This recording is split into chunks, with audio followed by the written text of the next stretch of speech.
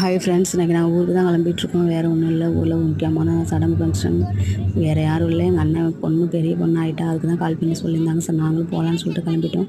நாங்கள் சென்னையிலேருந்து திருவாரூர் போகிறதுக்கே 6 மணி ஆயிடுச்சு. இறங்கின உடனே அண்ணனுக்கு கால் பண்ணி சொன்னோம், அண்ணன் போல் திருவாரூர் வந்துட்டு வந்து அழைச்சிட்டு போங்கன்னு. அண்ணன் வந்து அழைச்சிட்டு போயிட்டாங்க. நேராக மண்டபத்துக்கு தான் போயிருந்தோம். அங்கே போனால் பாப்பாவுக்கு அண்ணி மேக்கப் பண்ணி விட்டுக்கிட்டு இருந்தாங்க. பியூட்டி பார்லர் வைக்கல, அண்ணியே பண்ணி விட்டுக்கிட்டு இருந்தாங்க.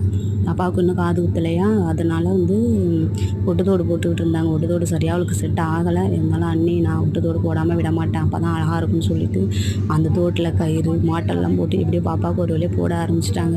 போட்டு விட்டாங்க. அக்காவுமே கொஞ்சம் கொஞ்சம் ஹெல்ப் பண்ணிகிட்டு இருந்தா. போட்டு முடிச்சுட்டு பாப்பாவுக்கு சூப்பராக மேக்கப் பண்ணிட்டு வச்சுருந்தாங்க. அவளையுமே ஃபோட்டோலாம் எடுத்து முடிச்சுட்டு எங்களை கீழே அண்ணி சாப்பிட கூப்பிட்டு போயிட்டு இருந்தாங்க. காலையில் டிஃபன் தான் போட்டிருந்தாங்க. கேசரி, பொங்கல், வடை, இட்லி இது அப்படின்னு சொல்லிட்டு போட்டிருந்தாங்க. அதுமாதிரி சாப்பிட்டுட்டு கிளம்பிட்டோம்.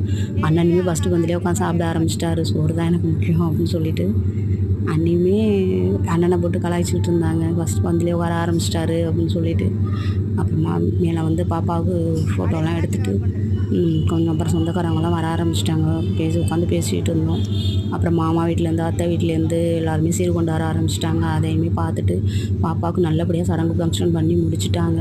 மதியத்துக்கு பிரியாணி, தயிர் சாதம் இது 2 தான் போட்டிருந்தாங்க. அதையுமே நாங்கள் சாப்பிட்டோம். சாப்பிட்டுட்டு அப்புறம் சொந்தக்காரங்களோட கொஞ்சம் நேரம் உட்காந்து மனசு விட்டு பேசிகிட்டு இருந்தோம். இது போல் ஏதாவது விசேஷம் வச்சா மட்டும்தான் எல்லா சொந்தக்காரங்களையும் ஒரே இடத்துல ஒன்றா பார்க்க முடியும். அப்படி தான் நாங்களும் இன்றைக்கி போயிருந்தப்போ எல்லாரையும் பார்த்தோம். எல்லார்ட்டையும் நல்லா உட்காந்து சிரித்து பேசி அரட்டை அடிச்சுட்டு ஃபோட்டோலாம் எடுத்துக்கிட்டு பாப்பா, சித்தி, பெரியம்மா, அக்கா, அண்ணான்னு எல்லாருமே வந்திருந்தாங்க. எல்லோரும் நல்லா ஜாலியாக பேசி சிரித்து முடிச்சுட்டு அப்படியே செல்ஃபியெல்லாம் எடுத்துக்கிட்டு வீட்டுக்கு கிளம்பிட்டோம். ஃப்ரெண்ட்ஸ், பாய்.